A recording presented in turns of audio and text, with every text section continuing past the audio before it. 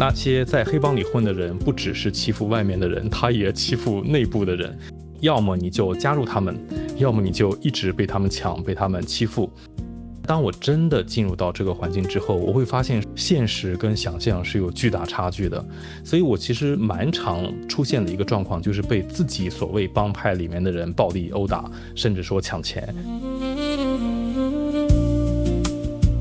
开始了一个14岁被迫独立的个人生活。那我想也不是我真的想躺平，可能因为一些错误，因为一些环境，因为一些不得已，我不得不躺平，因为我没有努力的方向，也没有出路。直接给了我一张1万块的匿名支票，然后只有附上一节经文，就没有任何的署名。但更重要的是，你不需要来还我们什么，而是说你要去继续的帮助更多的人，你要把这个爱去传播给更多有需要的人。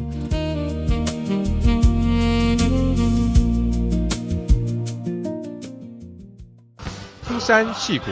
藏龙卧虎，高山低谷，处处蒙福。各位听众朋友，欢迎您收听全福时间，我们是世界上最快乐的人。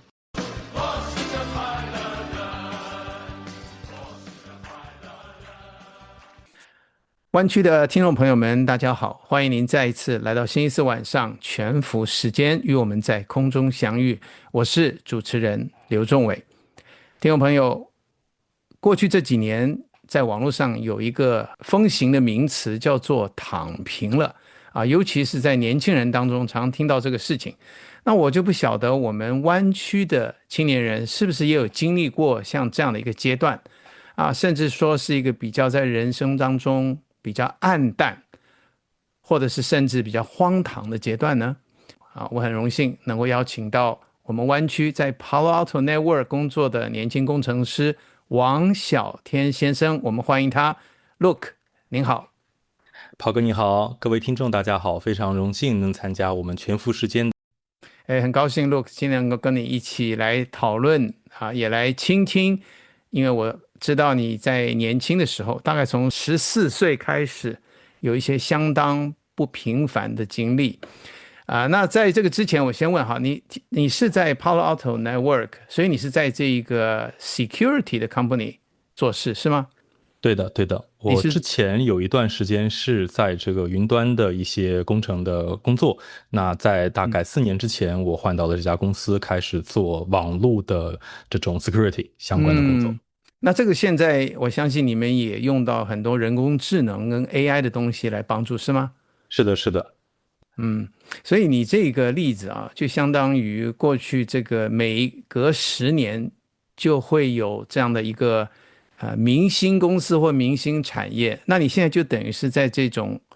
明星产业里面一般人如果听到这个的话，都会觉得哇，这个人一定是过去一帆风顺不是个学霸，那就是一个家里非常好的一个教养的人，然后呢凡事顺利，然后到矽谷能够成为这个明星公司里的一个工程师，人人羡慕是吧？那我就想问但是 Luke， 你可不可以很快的跟我们讲一下，你这个刚开始其实不是很平凡的一段经历？好的，可以分享一下，因为多数是没有过这样一个比较特别的经历的。我要讲述的这个时间大概发生在2005年的中国。那我出生在中国大陆的山东省青岛市，那是一个港口城市。那在05年左右，其实中国的经济发展非常的快速，但同时也是面临各样的问题。那其中在青岛有一个很大的问题，就是这个治安的状况，包括很多公安局的高级的管理人员后来也都有被判刑。那为什么会这样呢？就是因为他们做了这种黑帮黑道黑色产业的保护伞这样的一个环境。那我当时是上初中，在台湾叫国中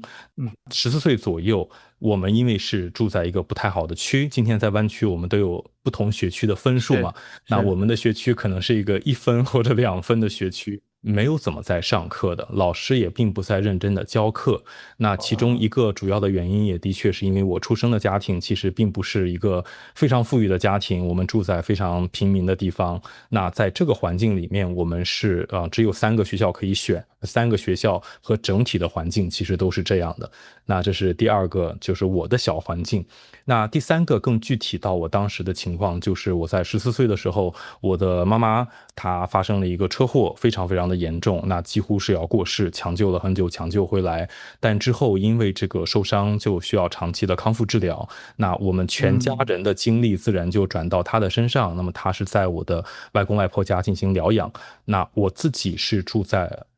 距离我外公外婆家很远的，距离我学校比较近的地方，就开始了一个14岁被迫独立的个人生活。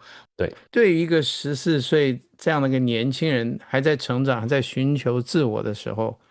你觉得这个意外啊，妈妈这么亲的人，对你在这个情感上，也就是 emotion 里面哈，心理状态有没有产生一些后来的影响？我觉得是有很大的影响的。我很清楚的记得，在那一天的晚上，我爸爸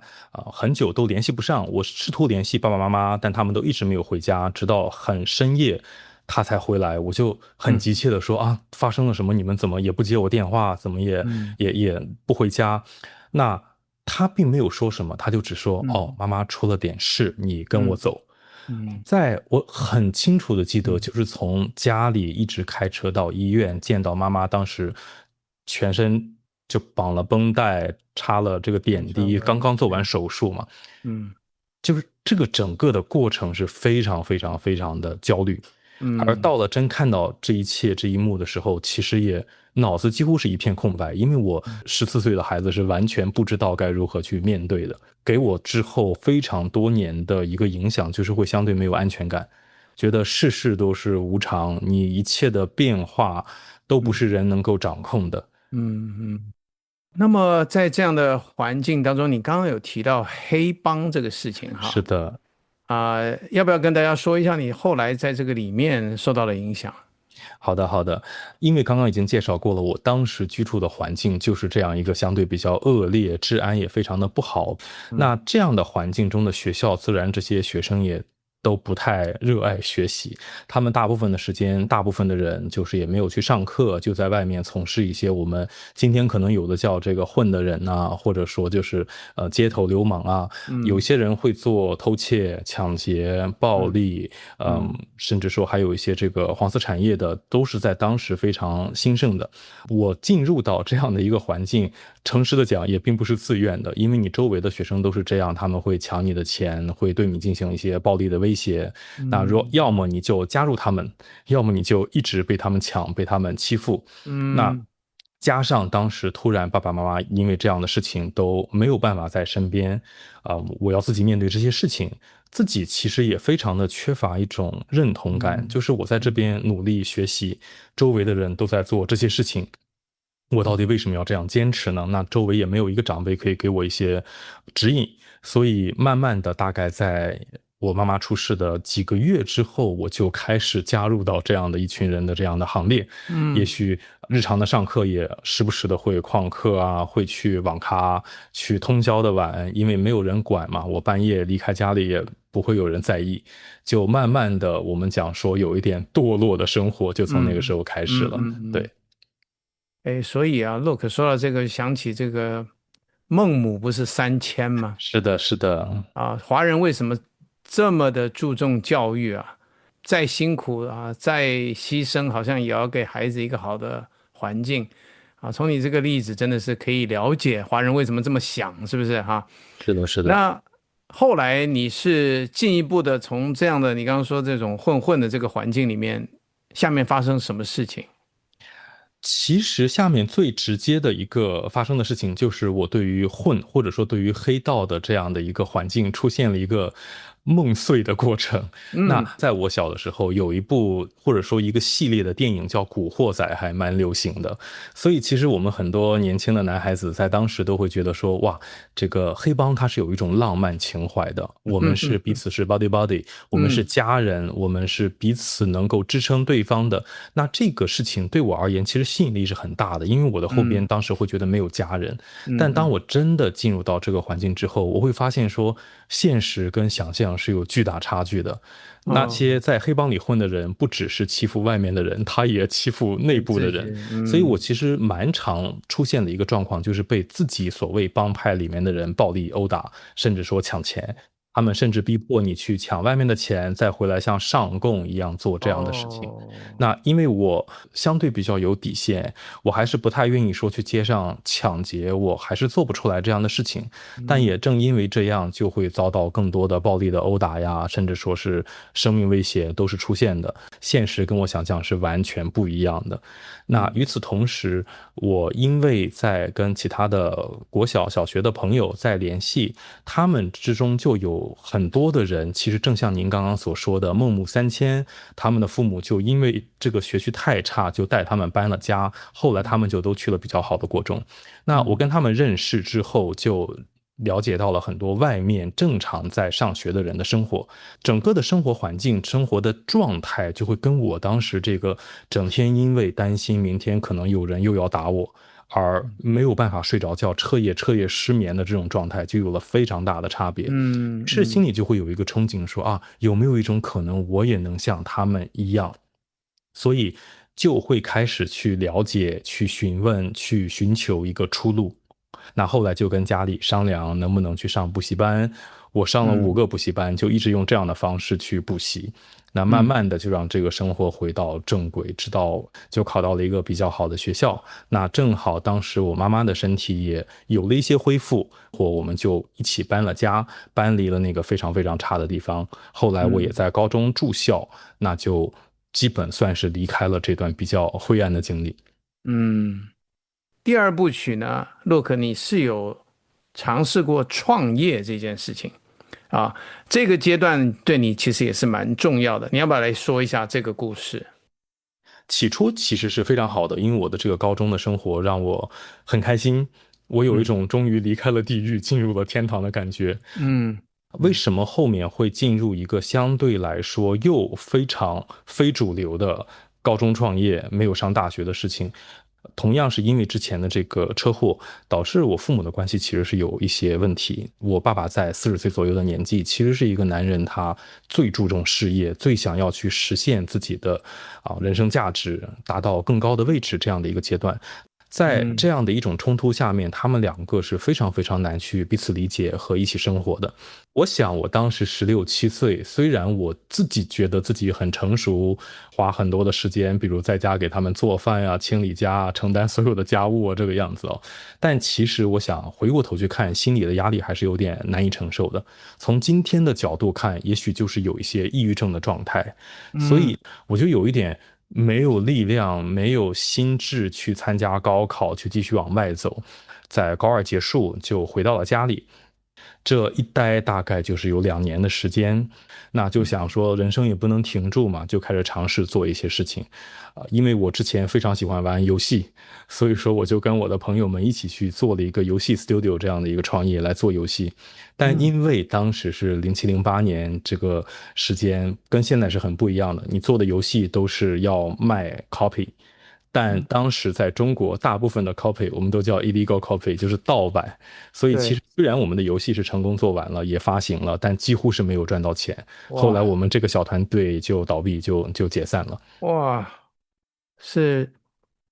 智慧财产权失去的牺牲者之一哈，你可以这样说啊。那接下来你是怎么样来突破啊？因为听起来这个2年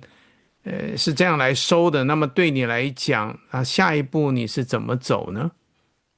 其实在当时我完全不知道该怎么走，因为我想不管是在台湾在大陆，如果你错过了高考，错过了联考，你想去补救这件事情其实是非常非常困难的。我很久没有回到学习的状态，即便我回去复读1年，我想也非常难考到一个理想的成绩。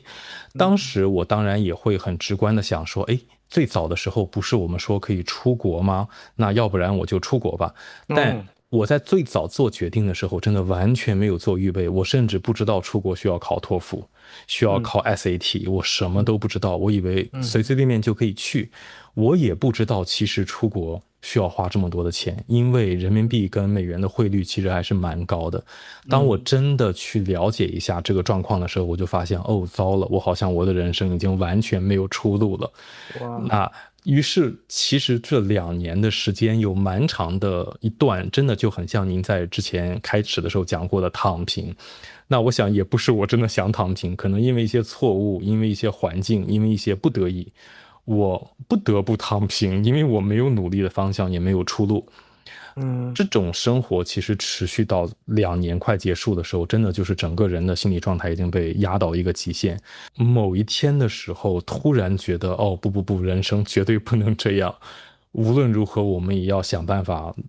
去做一些改变。那在当时刚好有家里的一个朋友，他给了我其实是一个错误的资讯。他跟我说，其实美国大学很好申请了，你随便申请一下，找一个中介，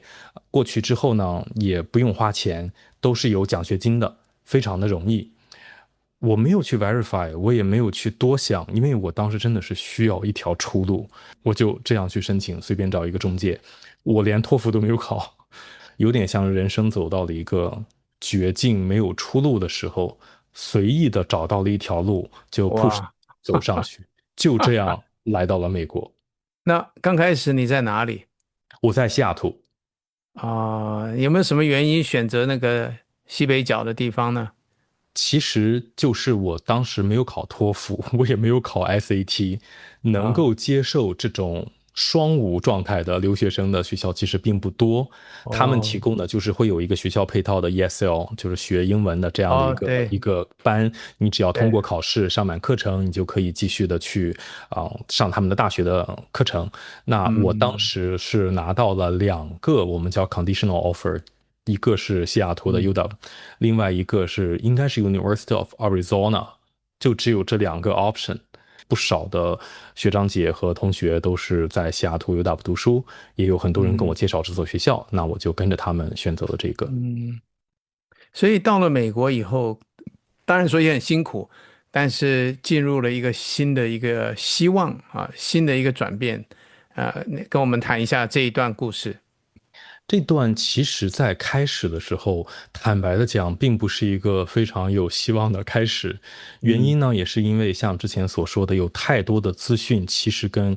实际的情况是有很大的误差的。比如我来到这里发现，我根本没有钱读完这个大学，就之前跟父母家、跟朋友啊，包括跟家人啊，就借了一些钱，说这个钱能够支持我上大学，但其实准备的量非常少，很可能就是最多只够读2年。但这边大学就算你读的再快，也要3年多嘛。那另外一方面也是说，我们在中国对美国的理解，跟你实际来到美国还是有很大差别的。我们觉得美国是一个移民天堂，有非常多的不同国家的人在这里追求美国梦。但其实我到西雅图第1年就遭遇了我认为还蛮严重的种族歧视。白人的学生会在课堂里面直接对有色人种或者说外来的这些留学生就会开始谩骂，老师也不阻止他们，应该说老师也没有办法阻止他们，就他们连老师都骂。很 surprise 的，我没有想到说，哇，美国是一个这样的环境。加上我觉得确实有我没有预备的原因，导致我英文也不好。我读书上课，即便是一开始的 ESL， 其实也是蛮有压力的。后来虽然是非常的努力，因为知道自己没有钱嘛，拖不起，所以就非常的拼，基本上就是一个 deal 赶一个 deal， 先活下来就不错了。当时真的大部分的时间都是这样想的。那么比较重要的对你来讲一个大的转变，有没有这样一个契机开始？一般人听到你这样的一个硅谷工程师，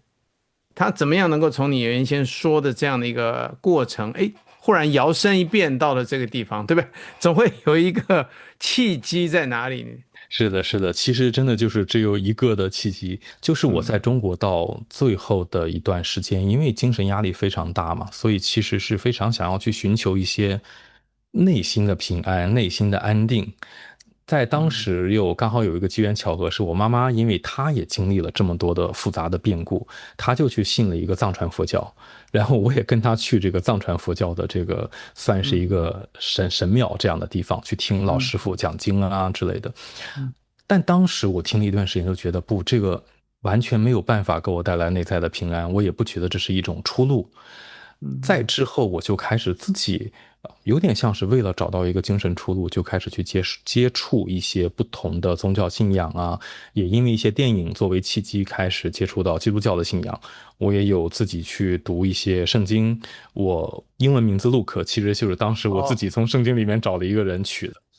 那再来到美国的时候，像刚刚有讲，人生地不熟，语言全不通，什么都不懂，通常第一时间你只能找华人兄弟帮忙嘛。我就在网上找了租房，然后就认识了一个大哥，我之后要转租他的房子。那我就问这个大哥说，哎，你知不知道美国这边有没有华人的教会，我可以了解一下。这个大哥就说，啊，我就是教会的，我怎么从来没见过有人主动找教会的？你是基督徒家庭吗？我说不是，我什么都不知道，但你能不能带我去？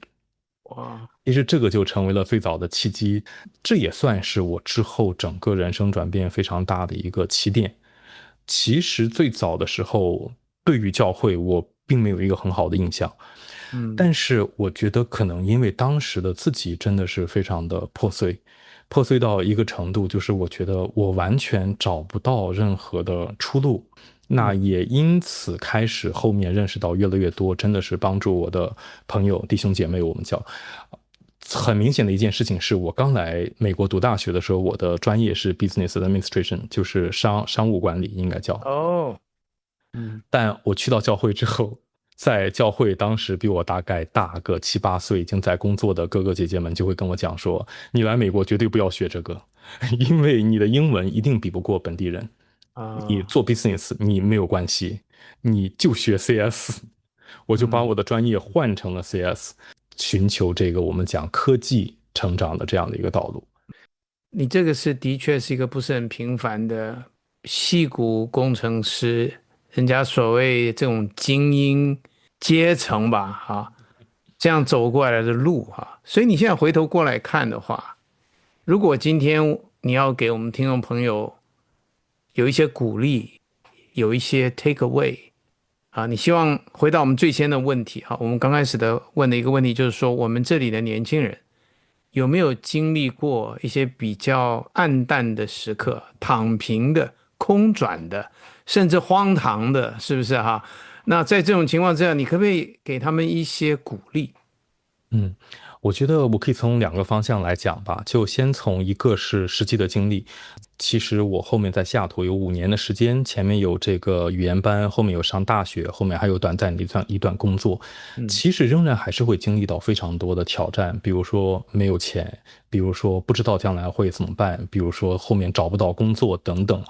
在这个过程中，其实一方面我自己会不断的成长，一方面实际的帮助也很多，比如经济上有很大挑战的时候，其实教会的很多的弟兄姐妹和这些长辈们是很愿意帮忙，有人愿意借你钱，借我钱帮我读书。我后面2年大学的钱，其实几乎都是在教会的弟兄姐妹的帮助下完成的。甚至有人直接给了我一张1万块的匿名支票，然后只有附上1节经文，然后就没有任何的署名。他们所有的人就只给我一个教导，就是说你也不需要，当然很大额的钱你想还，他们还是会接受你还他们，但更重要的是你不需要来还我们什么，而是说你要去继续的帮助更多的人，你要把这个爱去传播给更多有需要的人。我现在回过头去看，其实可能对我人生改变最大、帮助最大的，就是我在这个过程中接受到了很多的爱。那当然，我们并不能保证说，在每一个时间段，我们都有非常非常多的人非常热心的来爱我们。但我想，当时有一个教会的前辈，他跟我讲的一句话，对我的印象是很深的，就是你要能够愿意把你自己软弱的、脆弱的、需要的东西，在大家的面前展现出来，并且愿意放下所谓我们亚洲人、华人的面子，去真正接受这样的帮助，接受这样的爱，即便可能这些爱、这些现状都不是你自己所曾预期的，但是你可以有一个信心和盼望，相信说，在你不断的接受爱、不断的向前之后，我们的神，因为他们都是有信仰的人嘛，神会给你一条新的出路，even会比你之前所预计的会更好。那总结的来说，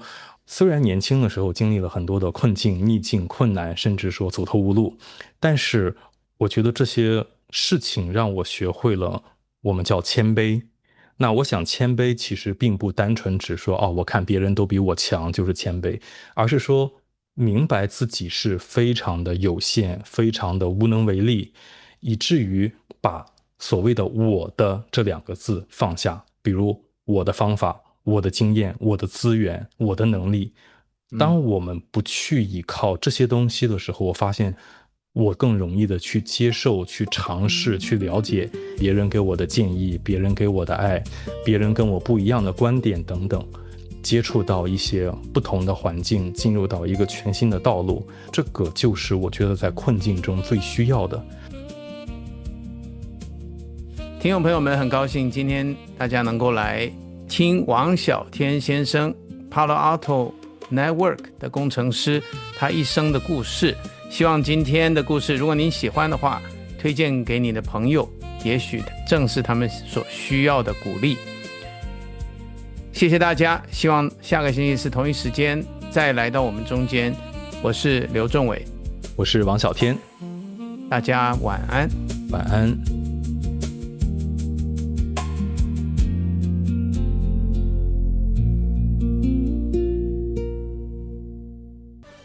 感谢您收听全福时间，希望我们的分享能够带给您全面的祝福。